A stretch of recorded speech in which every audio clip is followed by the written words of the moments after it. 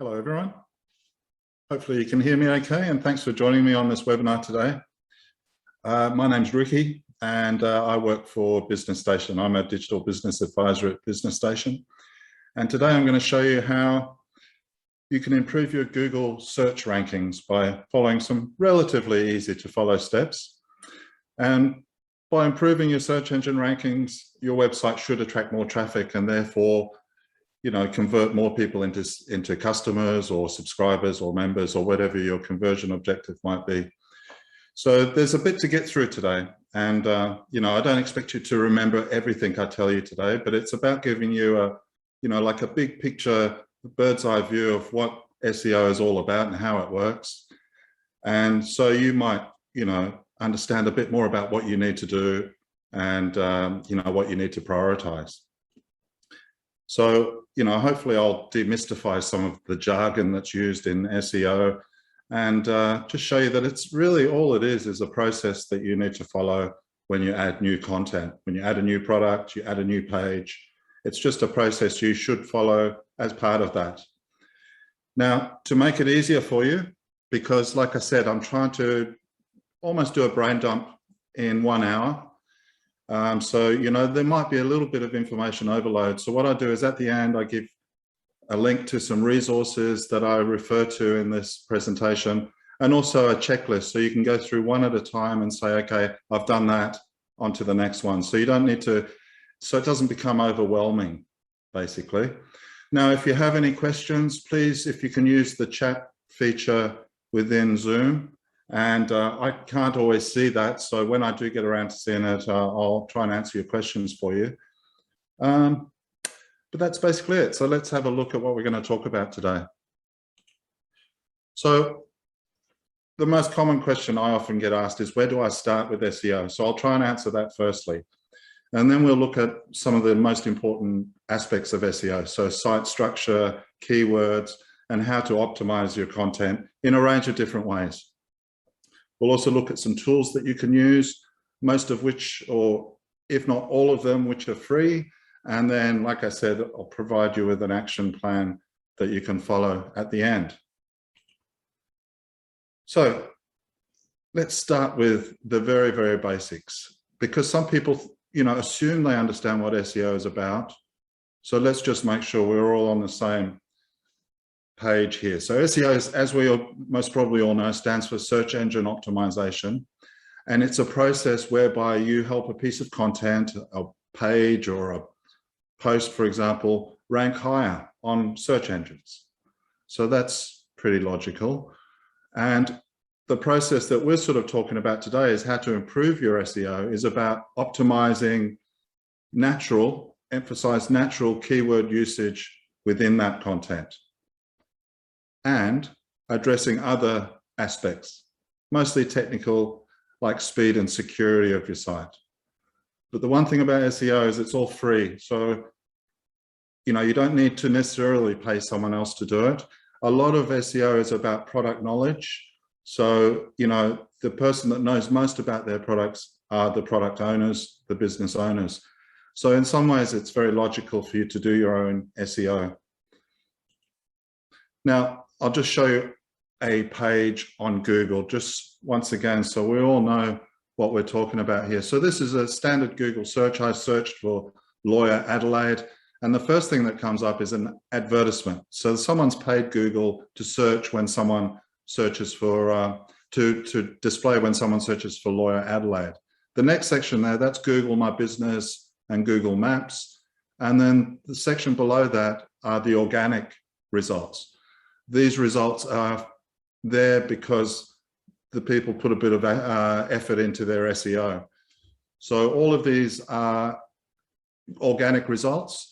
Now, and depending on the search, sometimes there will be ads, sometimes there won't be, sometimes there'll be a Google My Business section, sometimes there won't be.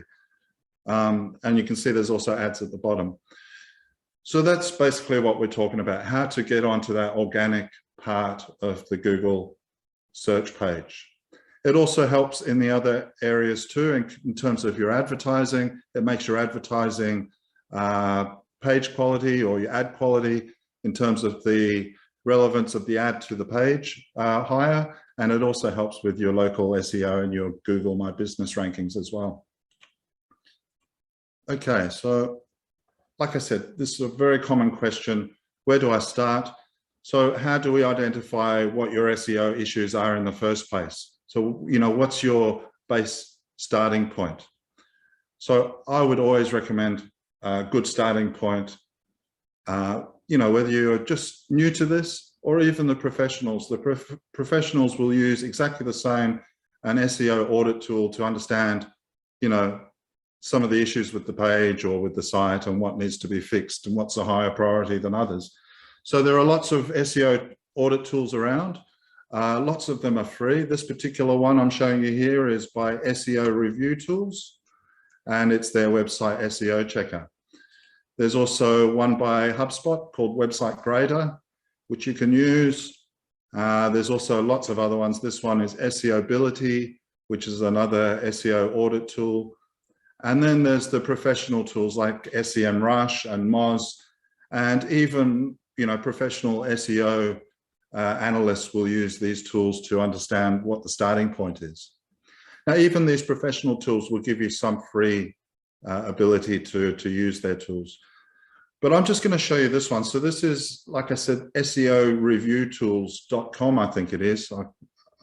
Apologies for that, but it's website SEO Checker. They have a lot of other tools there, and I just want to show you how it would work. So basically, you would just put your URL into the area they request, and ideally use an audit tool that requests a keyword that you want to rank for, and then you click Perform Check, and it goes off and performs a check for you. Some of them are quite quick. They might take a couple of minutes, and others that analyze a lot more of your site might take a couple of hours. They'll all usually email you a report. This particular one's just providing us a report here, and they'll all give you something like this, a score out of 100 and a list of some errors and some warnings and some improvements you could make, as well as some things that you're doing well. So good ones will also give you a to-do list. So really handy to-do list, what you need to do to fix the site. So this one's saying you need more links to the site. You need H1 heading on your web page. The title tag is too long. You're not using the focus keyword in your title tag. The meta description is too long, blah, blah, blah, blah, blah. So you can see a lot of jargon is used on these audit reports. And what I want to show you today is it's really simple to understand what they're talking about here once I go through it with you, and how to do it on your own website.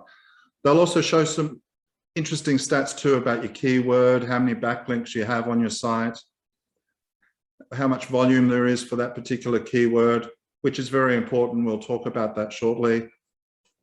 And they'll also show you your title tag. So this is what the snippet that comes up in a Google search result. And we'll talk about the title and the title tags and the meta description tags shortly.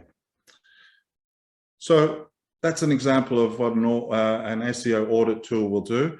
It's an on-page SEO audit tool usually, so it's auditing what's on your page, but there's also off-page SEO, and that's normally referring to links. And you can see it did actually refer to the number of links that you have on your site. So it does actually point out both on-page and off-page things that you can fix. Now, there are other ones. This one is HubSpot's Website Grader. It's pretty similar. It doesn't use a keyword. So because of that, it's not really analyzing your page from a keyword search perspective, but it does give you some indicators how well you're doing in terms of performance, overall SEO, mobile, and security. And it will give you some nice little reports that are quite easy to understand, as well as some tips on how to improve that. So they give you some nice little 15-minute lessons on how to improve your SEO in those areas. So, and also they'll give you a mobile perspective. So for example, this is JB Hi-Fi. They failed in the tap targets area. So tap targets are where people will touch your network, your website on their screen. So it's where they need to click a menu or a call to action button. So you need to make them large enough for mobile users. But yeah, just as an example. So the other tool I recommend that you use, and most people would already have this set up, is Google Analytics. So I want to show you a couple of things about Google Analytics. Firstly, it will show you a lot of information about who your users are. And that's critically important to understand who your users are. So you know who you're targeting your content at and a range of other things. So it'll give you a view of your users over time, conversions, number of sessions, that sort of thing.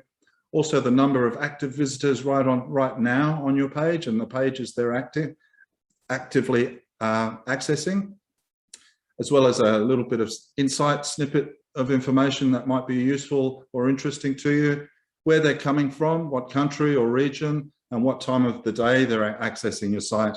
And very importantly, what source are they coming from? What traffic channel are they coming from? Is it from social, search?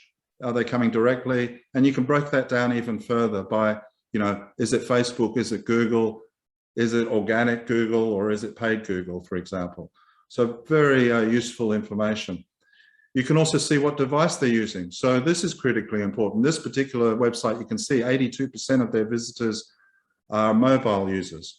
So you need to take that into account when you're not just optimizing your site, but building your site and everything about your site.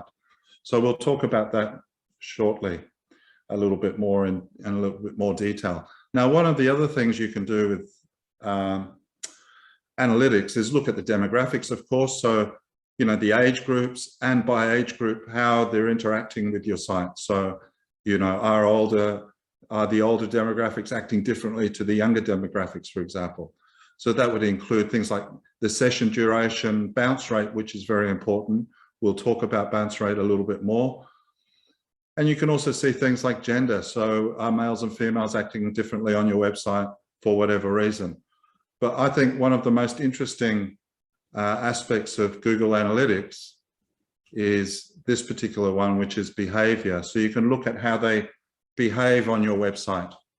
And it's just under behavior there in the menu. And you can look at how users flow through your network. And I'll show you why this is important in a second. So you can see here, this is firstly by country, and then the landing page they land on, and then where they go from there.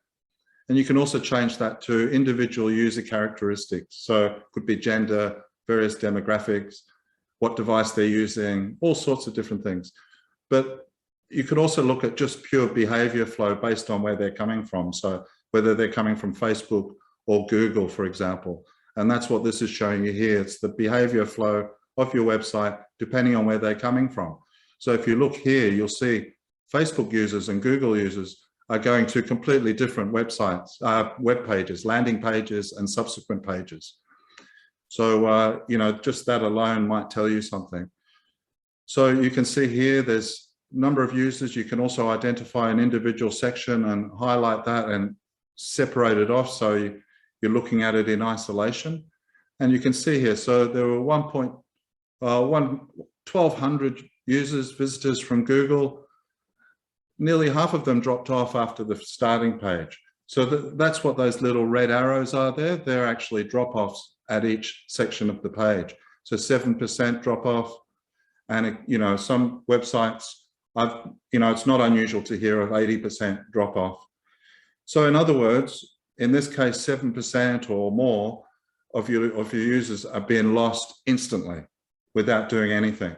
So you need to understand, why is that the case? Is it performance? Is it something to do with the design? Or is it that my SEO is attracting the wrong type of visitor? It could be a range of different things. And that's where Google Analytics will help you identify some of these potential problem areas. The other thing it will show you, and I just want to show you this quickly, it will show you your site content and how people are reacting or interacting with individual pages. So it will show you, for example, the page views, the average time on a page, where they access your website from, the bounce rate, and where they exit from. So the bounce rate, this is people that come to a site and then leave immediately without doing anything further. So on this particular page here, you can see that there's 10% of visitors bounced. So you'd want to look at that page and understand why. Bounce rate often relates to performance issues. So it might be someone that's on a mobile phone and your site is slow anyway, but slower on a mobile phone, then they're going to bounce. Usually they'll say, no, I'll go somewhere else. Okay, so the Google Analytics are, a powerful tool that you can use, gives you insights into your site, your customers, performance problems, range of different aspects that you should be sort of using. So rather than just look at a graph every now and then, which is what a lot of people will do, it really is worthwhile to really have a deep dive into analytics and see what you can get out of that. So, sorry, there is also another thing you can do, and I just want to highlight how important this is, because this is your shopping behavior. So if you have a retail store, an online store, this is invaluable. This is under conversions. Now you do need to set conversions up, but I just want to point out what it's actually doing here. So it's highlighting the funnel within your store. So overall number of sessions where people actually looked at products, sessions where they added a product to the cart, sessions where they checked out and then they transacted. Now, if you look at the figure below here, you'll see that of those 3,700 sessions, 48% didn't look at a product whatsoever. Of the people that looked at the product, only 87% of them didn't add a product to the cart. For people that added a product to the cart, 61% of them abandoned the cart, and et cetera, 42% of them abandoned the checkout. So this is your area of opportunity. This is where if you can increase some of or decrease some of these rates, even by a percentage or two, you're making a huge difference to your overall results. So if you can increase the shopping activity or decrease the lack of shopping activity, or for example, decrease the cart abandonment rate, then you're onto a good thing. So it's a very useful, once again, feature that Google Analytics has. Finally, just before I leave Google Search Console and Analytics, this is Search Console, which is slightly different, but you should also have this. And this will show you which search terms are being used. I've just blocked these out because they were a bit proprietary, but which search terms are attracting traffic to your site. So you can see here, this particular query received 1,600 clicks over the time frame here. So, that's obviously a search term that maybe you should work on, maybe use a similar search term or an associated search term on other pages, maybe put that search term into a question for a blog post, for example, etc. There's a lot of things you could do. Okay, so that's Google Search Console. Now, so the idea that I was just showing you some of the tools you can use to identify maybe areas that need work, need to be optimized from an SEO point of view. But most of them will fall into this area here, which we might call the SEO basics. It's the basic SEO fundamental stuff that you need to do anyway. And you'll find that these audit tools will just tell you where you may be missing out on some of these things. So take the research that you've done using those audit tools and then sort of encompass it with doing the SEO basics. So let's talk about those. So what are the SEO basics? Well, we'll go through them now. They are site structure of basically your website structure or the structure of your content. So it needs to be logical, siloed, if you like, and simple to understand from both a end user point of view, but also from a Google point of view. Keywords, so identifying which keywords you want to rank for. So that's very important, but you need to put yourself in the person that's searching for those keywords. What are they actually going to be using when they type in something in a Google search engine, for example? The other thing you need to do is optimize your content. So once you've sort of structured your site and done some keywords research, you would then develop some SEO optimized content around that keyword. You need to fix any security and performance issues that you have. Now, that should be relatively straightforward, but we'll talk about that. You need some links to your site. That's both internal links, so links between pages from the home page to product pages, for example, but also external links, so links from other organizations to your website. And we'll talk a bit about that as well. And then finally, particularly if you're a local business and you're looking for local customers, then you need to also look at your local SEO. So if we do all of these things well, in some cases, just do them, because in a lot of cases, they're not focused on at all. You'll start to see some results. So let's look at them individually. So site structure, this is really important because for a number of reasons. The first reason is that it gives you, as the business owner and the content owner, a structure around which content, or the context of that content within a structure, if you know what I mean. So it's the content and the topics and the keywords and the structure where it all fits within that content structure. So hopefully that makes sense. It also, though, gives you, if you like, your higher priority pages, so you say your home page and say your category pages, a better chance of ranking. And I just want to show you why that would be the case. So here's a typical, say, web page or website structure. Now, the pages at the lower part of your hierarchy, what they do is they basically, by linking up to the upper page there, in this case, Windows desktop PC, they build authority for that particular page. And so they help that page rank higher than it would otherwise without those links and without that content.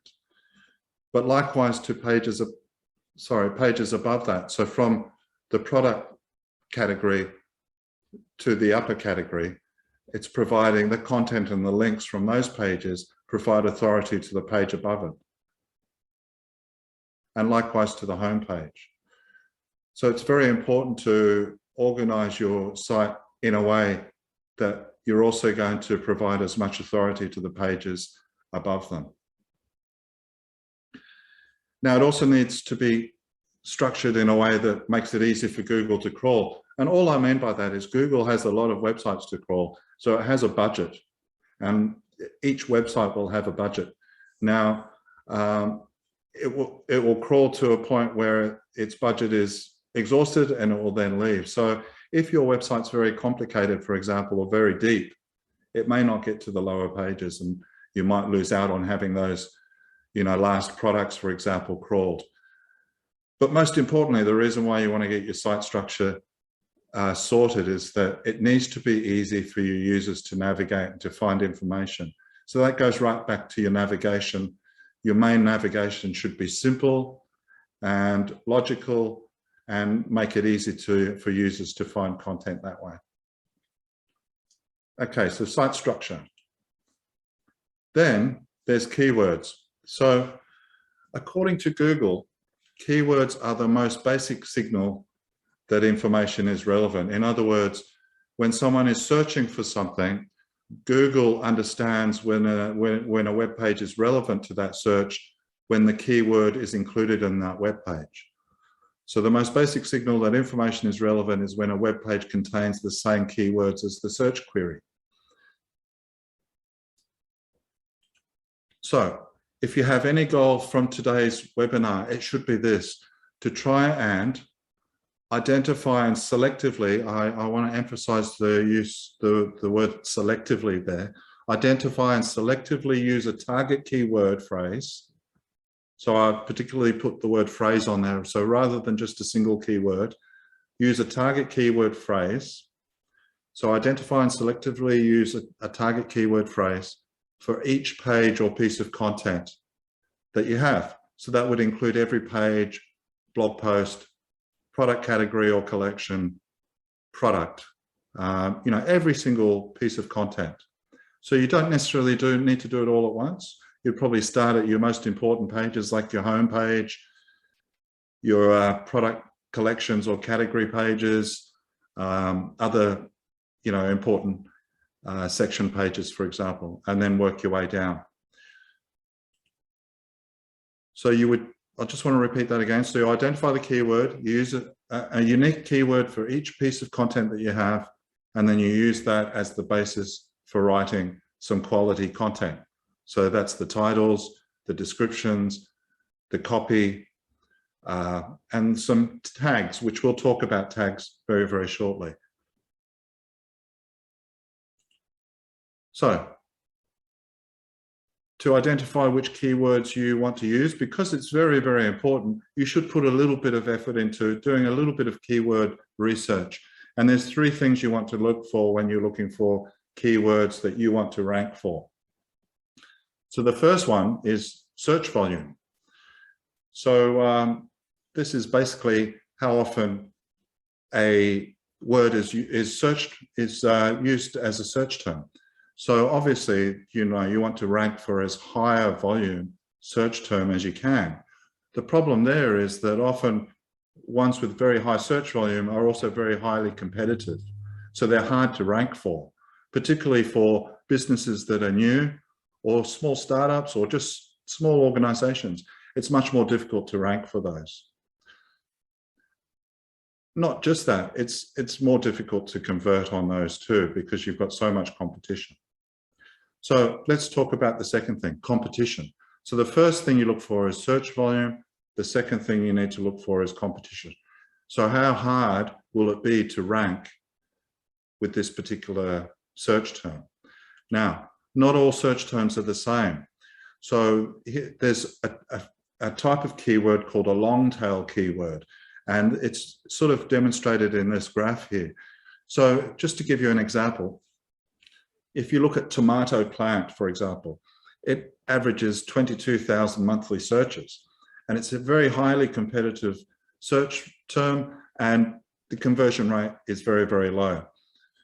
You go down a little bit, so by adding, say, some words to that phrase, when to plant tomatoes, for example, your search volume decreases dramatically, but so does the conversion rate increases. So it becomes less competitive and easier to rank. Now, if you keep going down, you hit the sweet spot, which is the orange section here, which is the long tail. So only a small percentage of keywords are highly competitive. Most of them are not so competitive, and that's the long tail. And you need to look for a long tail keyword. So one that's maybe not the highest search volumes, but also not the highest competition. So something with less competition and less volume by searching for maybe a multi-word key phrase, for example, or keyword phrase. So I'll give you an example here. So if, for example, you were a builder in Mount Barker, your keyword phrase might be, for example, Mount Barker home builder, instead of, say, builder. It would be a lot easier to rank for that and a lot less competitive than just the keyword builder. If you were, you had a store, an online store, you were selling dresses, you might use as a product keyword, for example, a multi-worded phrase such as floral cotton summer dress, maxi dress, for example, instead of, say, just dress. And likewise, if you're a service provider, you might use something like feature plus service plus location as an example. So small business accountant Perth versus just accountant. It's going to be much easier for you to rank using a long tail keyword. Now, the third thing you need to think about is relevance. So, the search phrase should be relevant to the content that you have on your website. And, the more relevant it is, the more qualified those visitors are going to be. So, for example, if you use the word berry and they're looking for blackberries, but you only have strawberries, then you've got someone that comes to your website and finds that, it's the wrong type of berries. I was looking for blackberries. So just be, just the more your keyword is relevant to your content, the more qualified your users are going to be, and the more success you're likely to have of them converting.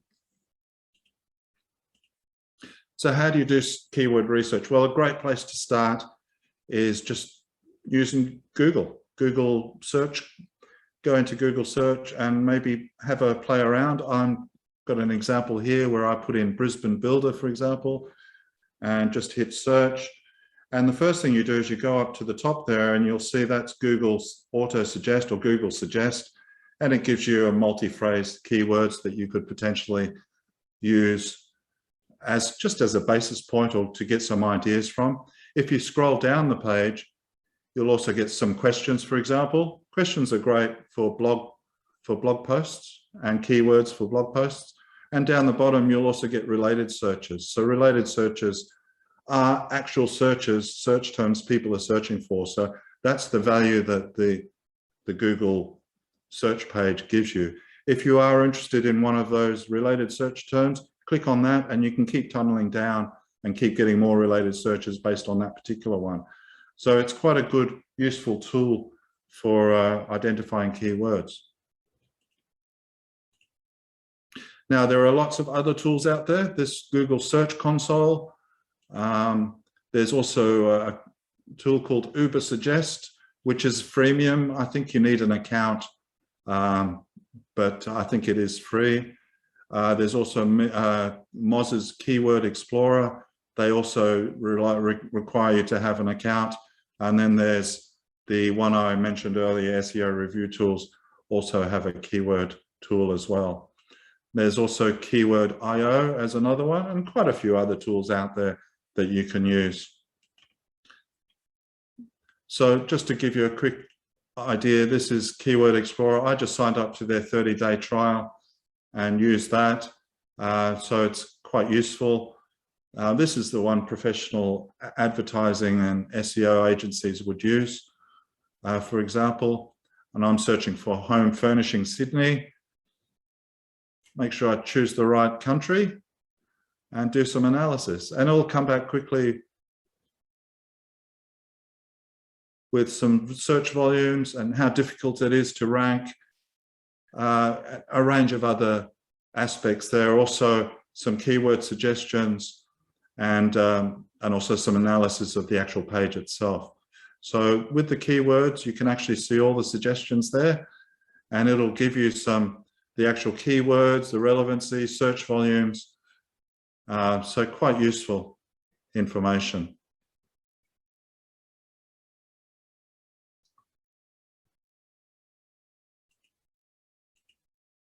But really, the best tool of all to use is Google's Keyword Planner. Keyword Planner is free. You just need a Google ad account, and you don't need to necessarily be doing any advertising. You just sign up for a Google ad account, and Keyword Planner is part of that anyway. So it provides a range of different information. You can search for keywords. You can, just go to Keyword Planner within Google Ads. You can discover new keywords, or you can look for search volumes and forecasts for those keywords. So we're going to click on here and just try the same thing I did before. Brisbane Builders. I might put in another keyword here.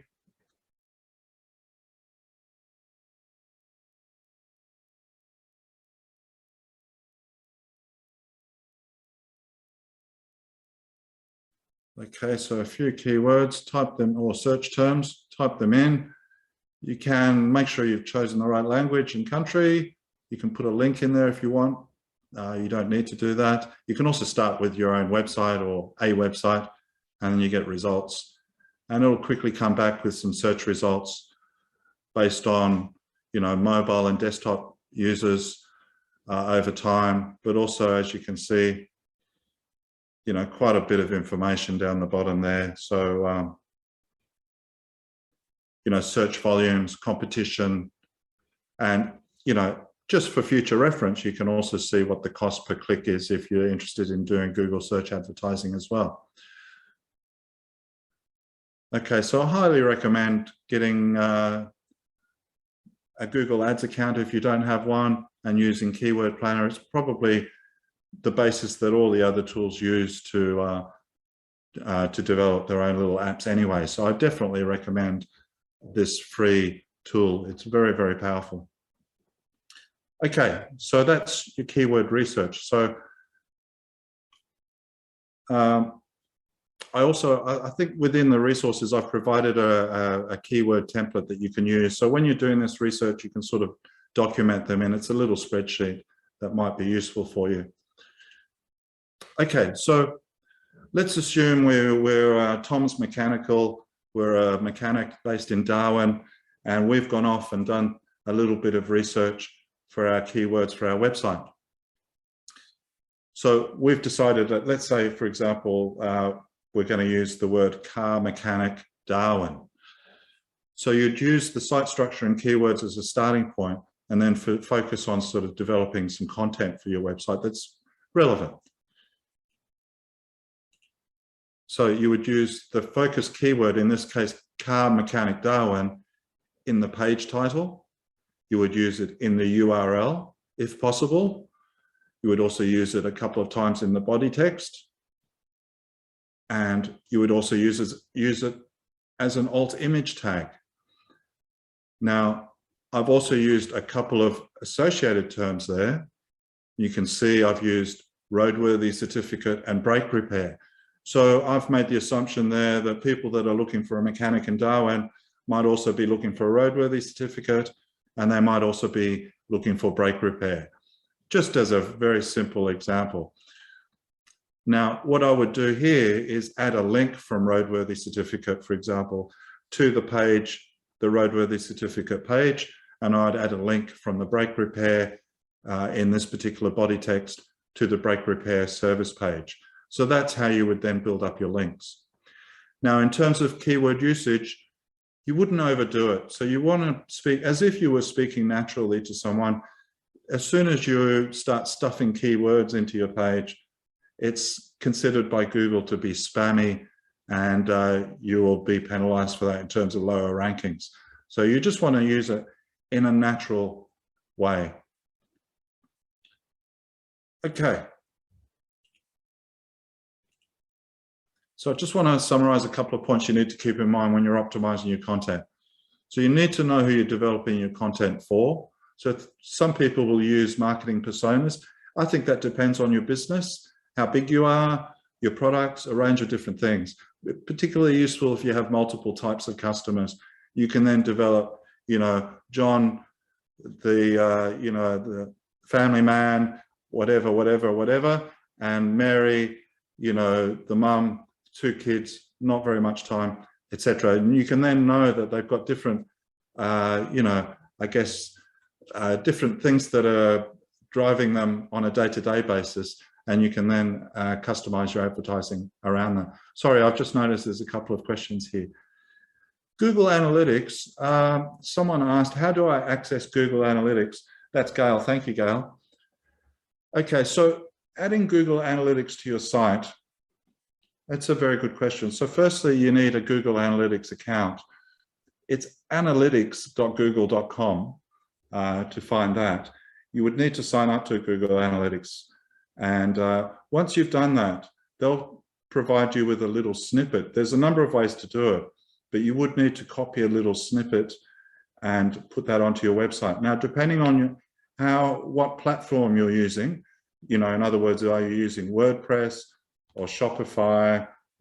A lot of these platforms will have little apps or plugins that you can put onto your site from Google that will allow you to more easily integrate them. Particularly Shopify, for example, has the Google channel. WordPress has a range of different plugins that you can use to connect to your account. So that's probably the easiest way. I would do it from that perspective firstly. So look, I know this is very short time, only an hour, but I do offer my email address at the end. And if you want to continue any conversations, maybe I haven't quite addressed your question, or you might need some additional help or additional information, please feel free to contact me afterwards, or maybe ask a subsequent question. Okay, so developing personas. Also, like I said before, make sure it's quality, natural content. And quality, you know, you've put a bit of effort into writing the content, not just bullet points or dot points. It's, you know, natural quality language that you might use in an essay format, for example. Use heading tags, you know, to tell the reader and also Google, you know, which parts of the document are which. So that's very important too. Use quality images, alt image tags, and we'll talk about those in a second. Write SEO optimized meta title tags and meta descriptions. I'll get to that straight after this because it sounds like jargon, but it's really simple. Add some internal links, which we spoke about already, and optimize for performance. Now we're going to discuss some of these things now. So meta title and descriptions, what are they? Well, they're really simple. They're the little part that shows up in a search result when you search for something. So the meta title is that blue part at the top, the heading, and the meta description is the little paragraph underneath that. So on a lot of platforms, well, you know, you always have to put it into the header part or the head section of your web page. Now, for most people, that's going to be, you know, for a lot of people, that's very difficult to do. You know, it's like coding. It's very, very complicated. But luckily, if you have almost any website platform today, whether it's WordPress or Shopify or Wix or Weebly, Squarespace, they all allow you to do it quite easily. So for example, this particular one I'm showing you here is Wix.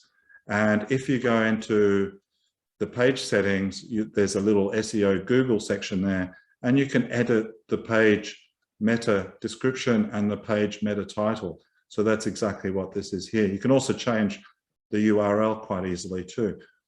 The URL you might want to change. The reason for that is rather than having home as a part of your URL, you would actually have the keyword in your URL. And that makes a big difference when trying to rank if the keyword is actually in the URL. So that's Wix. If you're using WordPress, most people will use a plugin for WordPress. This particular one is Yoast, which is the most popular one.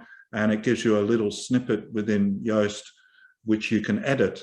And you can edit the title and you can edit the description. Now, sorry, let me just go back a step here. I haven't really explained much about the meta description. Okay, it is the part that comes up in the search results. If you don't do it, it's not necessarily going to affect your search results. It might slightly, but the you know, the jury's still out on that.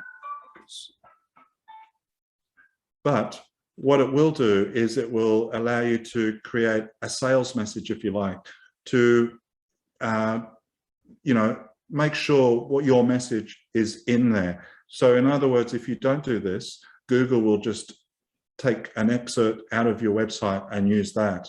And it might not always be what you want. So this is really your opportunity. So let's say you've ranked on a page. This now gives you an opportunity to sell your message against everyone else on that page. So meta titles and meta descriptions are really a marketing tool to make your site seem more attractive within a search result. So it is very, very important to do. So yeah, so this is WordPress and allows you to very easily edit that. And within Shopify, for example, this one is it's a product rather than a page, but you can, down the bottom of Shopify products or Shopify pages, you can edit the website SEO and put in something that's a little bit more salesy, if you like. So quite easy to add that yourself. So just want to show you how you might write a meta description. So you've already done your keyword research. It's a great idea to use the keyword in the meta title and the meta description as well. So a lot of people will use this format. So you'll use spaces between words, either the vertical spacer, the line, or just the dash. And some people will use keyword and then maybe location and then business name. Some people might use primary keyword, secondary keyword, brand name. It really depends. So I want to show you an example of how that might look. So this particular lady here, it's Jessica's Yoga Studio. This is a Wix website as well. So her meta title is private yoga classes, space, New York City, space, Jessica's yoga studio. So that's what would show up in a search result when people were searching for Jessica's yoga studio or private yoga classes or yoga New York City, for example. But you could also use anything. You know, in this particular case, there's Nike shoes, men's and women's, free shipping, but they all should be unique. Well, they all must be unique. So just to re-emphasize that, so keyword, maybe primary keyword, secondary keyword, brand name is an often used format, but you might just want to give that some thought as well.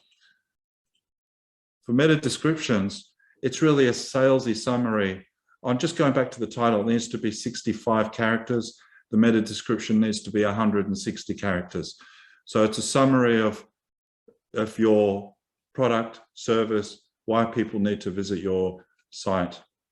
So 160 characters, all of the website platforms normally tell you that anyway, and use the keyword that you're using for that page in it, and explain why, you know, what's the value to the reader? Why should they click on the link?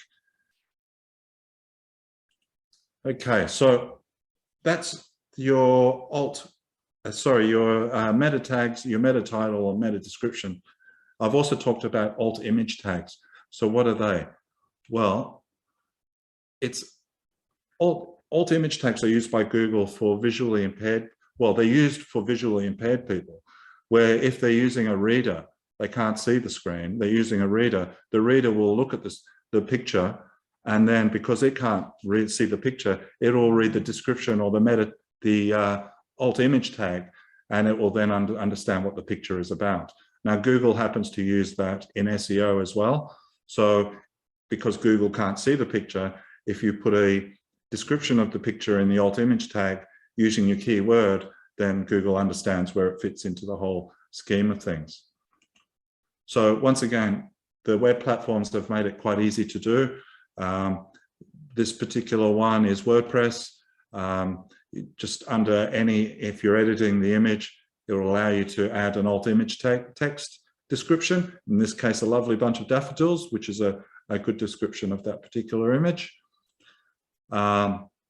This is WordPress, same thing. When you edit the image, you can add alt image text to that as well. And Wix doesn't say alt image tag, but it says what's in the image, tell Google. So that's where you would add it there. And all of the other platforms have similar functionality, or most of them do anyway. Any of the good ones do. So just quickly on alt image tags, there's also a limit, 125 characters, and you just want to be as descriptive as possible. So, you know, explaining what the image is about, but trying to use your keyword phrase in that as well.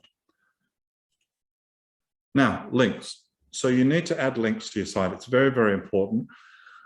Google look at it as an authoritative thing. So for example, if two websites are the same and one has more links to it than the other, good links, not just any links, excuse me, then Google will deem that that one is more authoritative than the other one because it has more people linking to it. So links are very, very important. There are also two types of links though. So there are internal links, which are links within your site.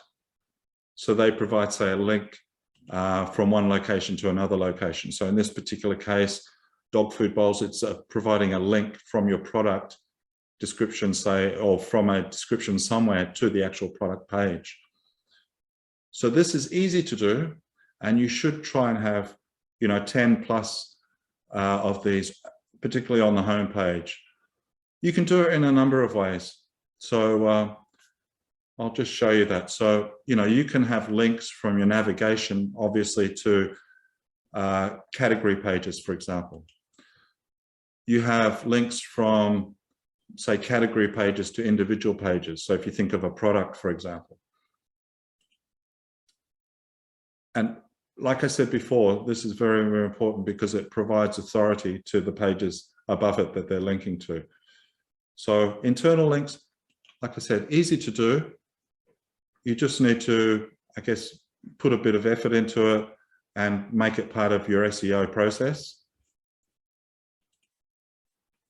But then there's external links. Now, external links are very important, and they link from external sites to your site.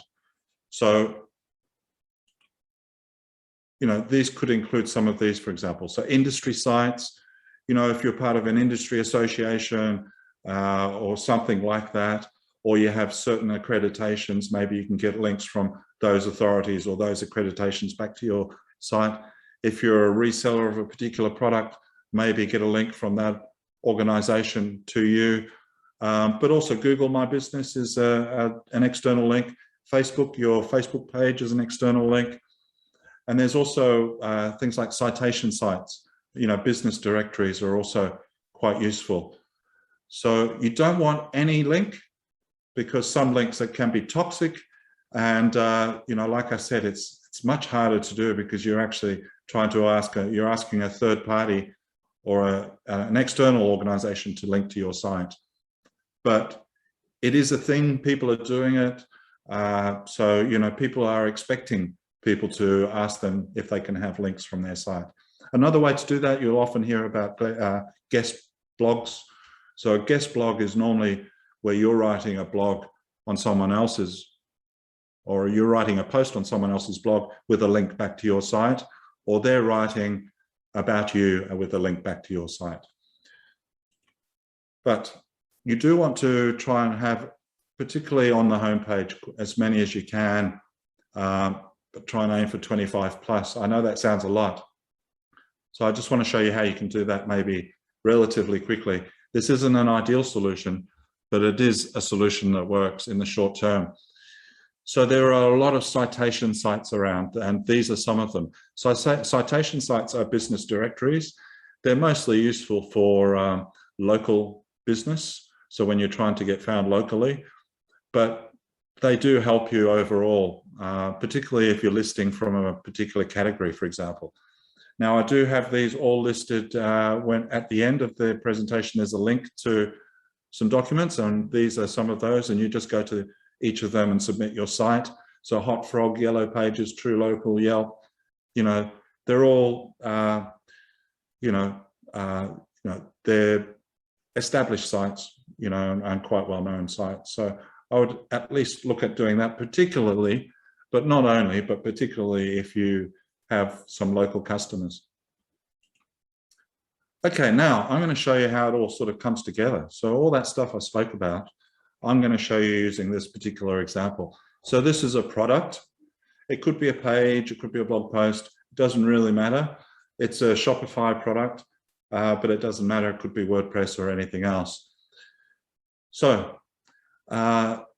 this is a cardigan, and the good thing about it is there is already some content there. So, you know, there's a title and some text describing the product, the different variations, and if you look down the bottom, you'll see the search engine listing. Doesn't roll off the tongue, not particularly easy to read, you know, a range of different things that could be worked on there. Now, I've already prepared something, so I've gone off and done some research and found a better keyword, not particularly, you know, this is a very simple example.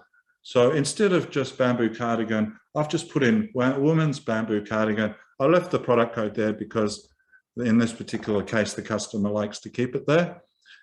So I've changed that to women's bamboo cardigan. And what I would then do, I'm just going to add to that, so just make it a little bit more easy to read. Comfortable, eco-friendly, classic. Now, what I would do here is copy the keyword. Sorry, before I do that, I'm just going to, so look at the description here. So you can see the description, there's sizes, fabric types, lots of codes there, but I've gone off and worked on a slightly better description here. So I'm just going to paste it in here. Now, the only thing I would say about this, I'll do a few more words than I've done for this particular example. I've just reworded some of the existing description here. So now it reads properly. Made from our silky. I might have repeated a few things here a couple of times, but anyway, it reads a lot easier. There's some things I can delete now because I don't need them anymore.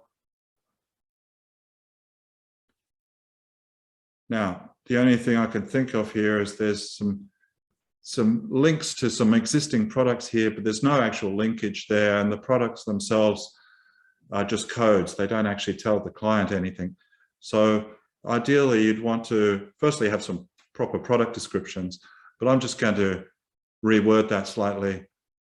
So try pairing it with our cotton singlet. There's a link there, bamboo singlet, there's a link there, or shell top, or over any dress. So there's now 4 links on this particular product description. Copy the keyword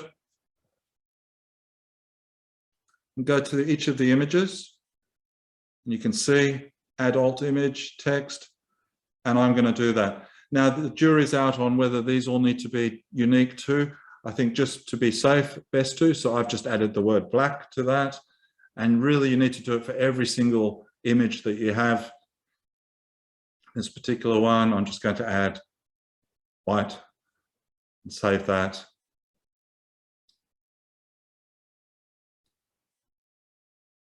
Make sure that it's in the right collections, which it is.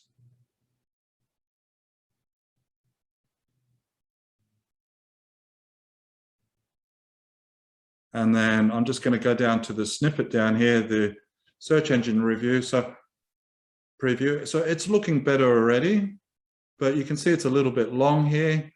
So I'm just going to edit that. Now all of that will show up in the search results now. So there will be no, that's exactly what it will look like. Now I don't like the SB-02, but that's okay. I'm just going to leave it there for now.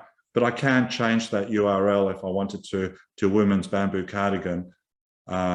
Just make sure if you do change the URL that you're redirecting it, the old URL to the new URL. So look, that was in a really short amount of time. I optimized that website and that product, I mean.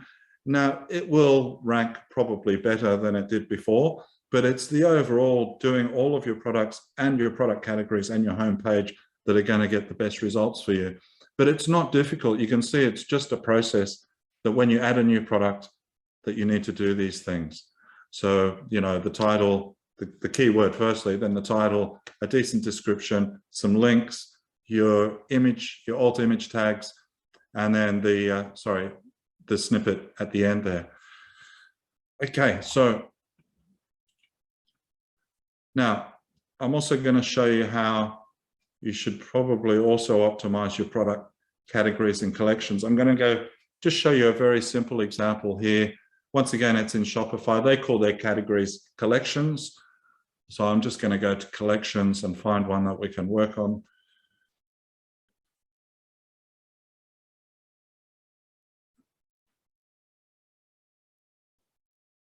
So dresses and skirts, you know, not much being said there, so that could definitely be optimized.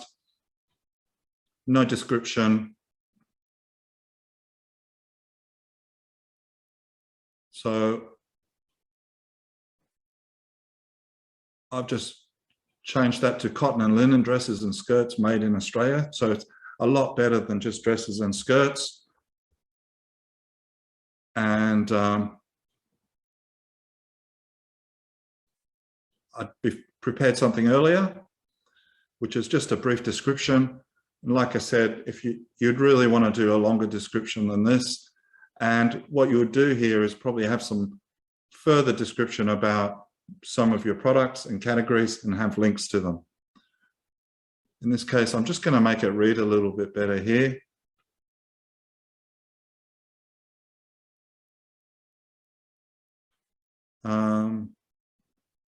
So I'm just going to put just to make this simple, I'm just going to put a dash in there.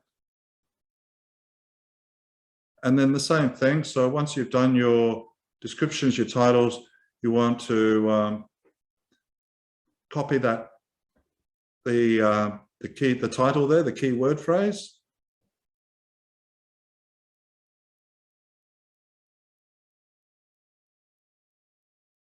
Go to the image description, the alt image text, add that, and save. You can go down to the snippet.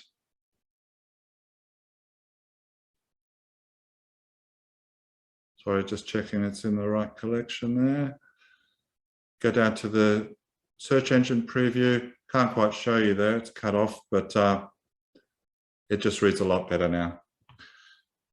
Okay, so it's not a difficult thing to do, as you can see.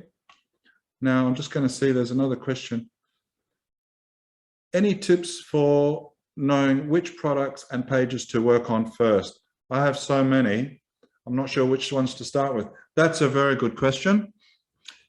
I would start with your product categories. So start with the homepage and the product categories, because they're the ones that are most likely to rank, and then work on your products. So I would just do, you know, most popular products first, really. But I would start with collections firstly, and then work backwards or work down from there. Collections and your homepage. So that would be my answer. I know there's a lot. Now, if you are, just a word on that. So some plugins and apps that you use, depending on your platform, will allow you to automate. I'm going a bit off tangent here, but rather than individually for each product adding what I've done today, you can actually do some generic inserts. So you can say, I just want to use the product description as my SEO keyword, for example, across all of my products. It's sort of a cheating way to do it, but my philosophy is something is better than nothing. So it really, if you can do something, it's really better than nothing at all. Now I'm a little bit behind, so I'm just going to push on. Hopefully that answered your question, Glenn. Okay, now once I've done that, and when I make any modifications at all to a website that is quite serious, you know, in other words, updated a product, added a page, I would normally go to Google Search Console, and Google Search Console is also free. I would just search for Google Search Console because it's actually search.google.com, but when you enter that, you'll often come up with the Google search page. But all you do is you go to URL inspection, you enter the URL that you've just changed, it'll go away and retrieve data. Now, in this particular case, it came back with some issues, but normally I would fix those issues. But in this particular case, I'm just going to request that it be indexed by Google, and it goes off and does that. So you know that your site's been indexed, your latest content is available, and you're not waiting for Google to come and index it for you. Okay, so that's just a tip that I always do. Now, just continuing on from, you know, about how to optimize your site. So hopefully that gave you a bit of insight. Now, there are some other things that I would recommend you do, because, you know, the majority of your users are going to be mobile users. And if not now, they will be very, very soon. So you need to make sure your website is optimized for mobile. And, you know, a good example is what I'm showing you there. The menu on one of them is just difficult to see. The images are too small, text is too small.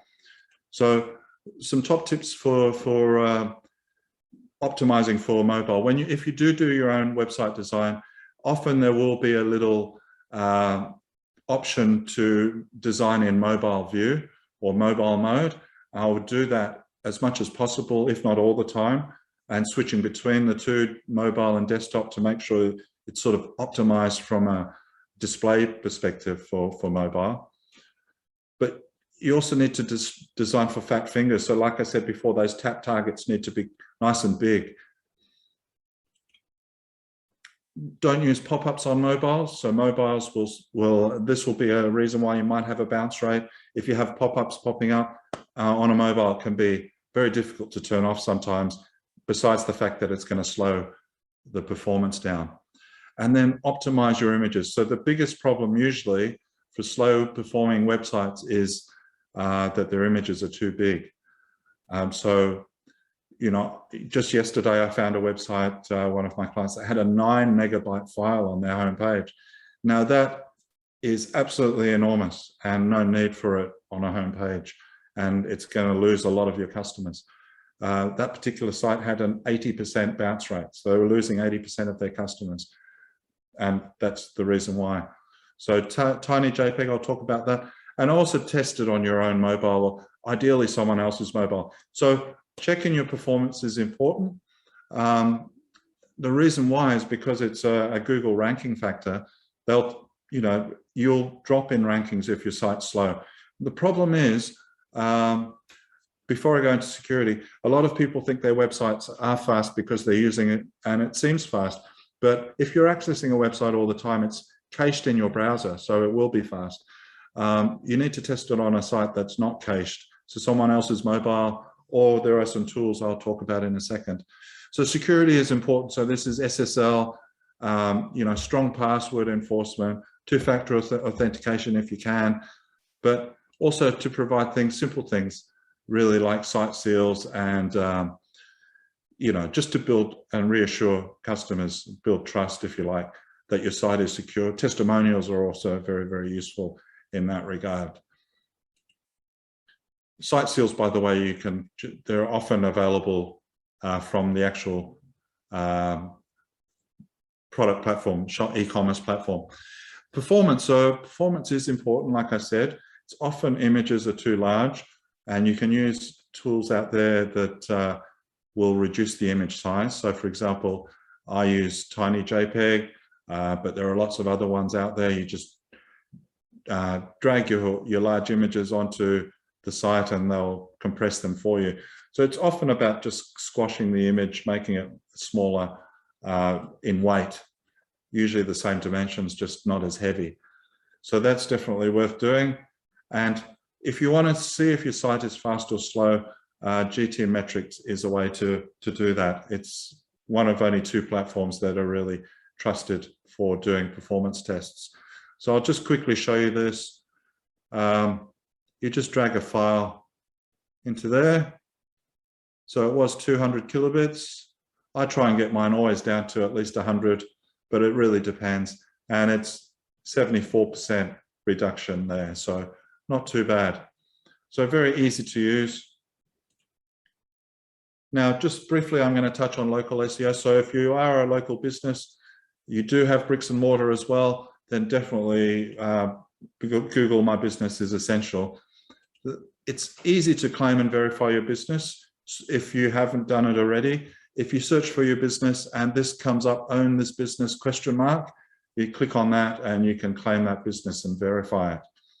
And once you've done that, you need to start managing your listing and optimizing your Google My Business listing, because it will help you definitely. And if you use Google reviews in conjunction with that, that will also assist you in terms of attracting more traffic to your website, essentially.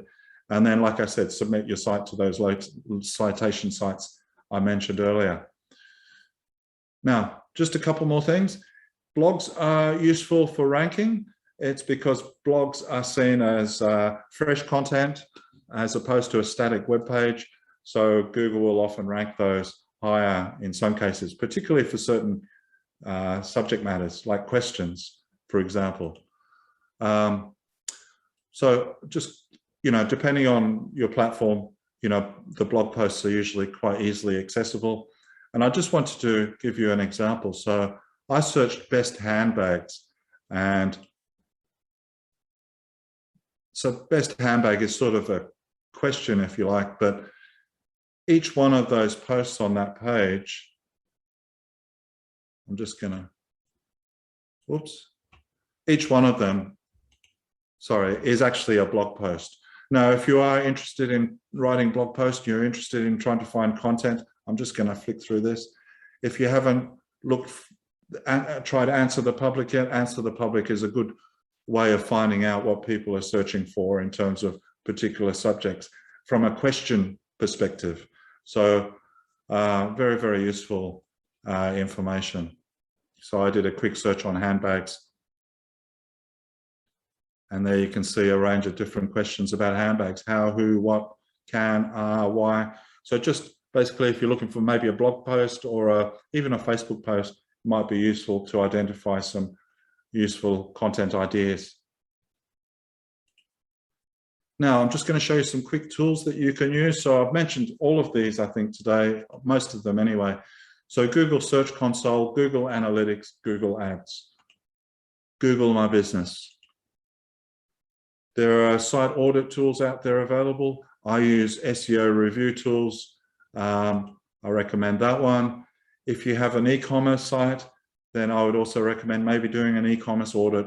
There's Think with Google. If you search for them, they have an e-commerce audit. If you have any difficulties finding this information, just let me know. Keyword tools, Google's Keyword Planner, which is part of Google Ads. If you've got writer's block or just not a good wordsmith, and you're looking to write meta titles, product descriptions, meta descriptions, anything really, there are a lot of really clever artificial intelligence tools out there.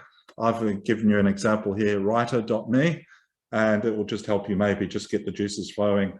I wouldn't necessarily recommend using it on an ongoing basis though. Mobile friendly test, there's the Google mobile friendly test.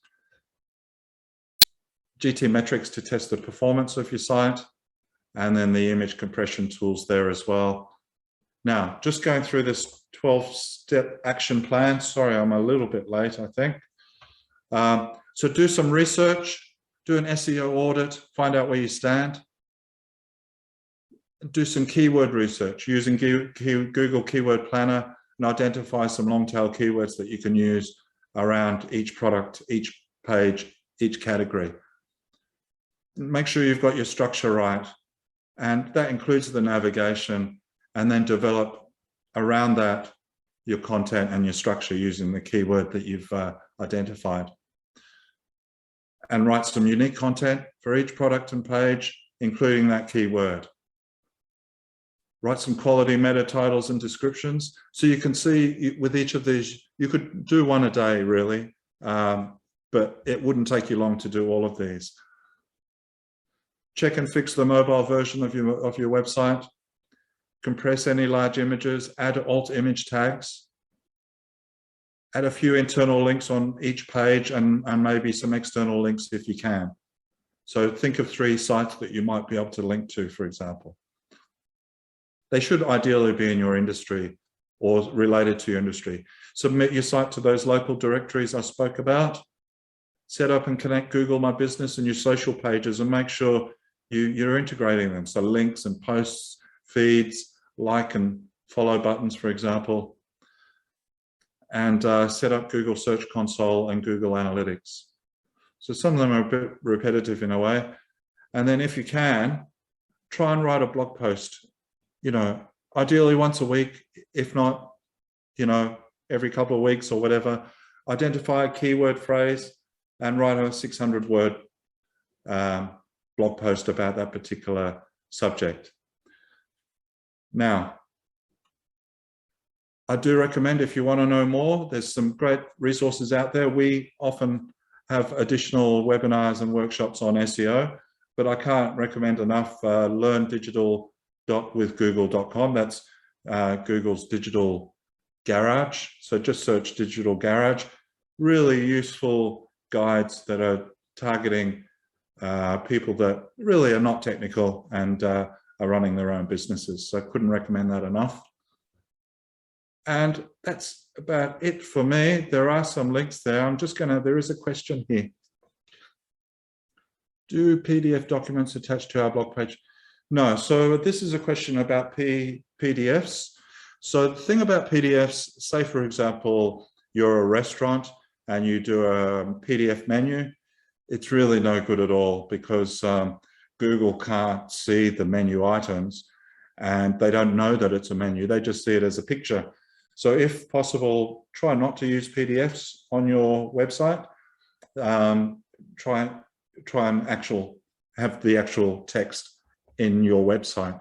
So PDFs are going to have a detrimental effect to your Google ranking normally. And besides the fact that they're often quite big and can slow the site down. So hopefully that answered your question, Howie. But like I said, please feel free to copy that link down there.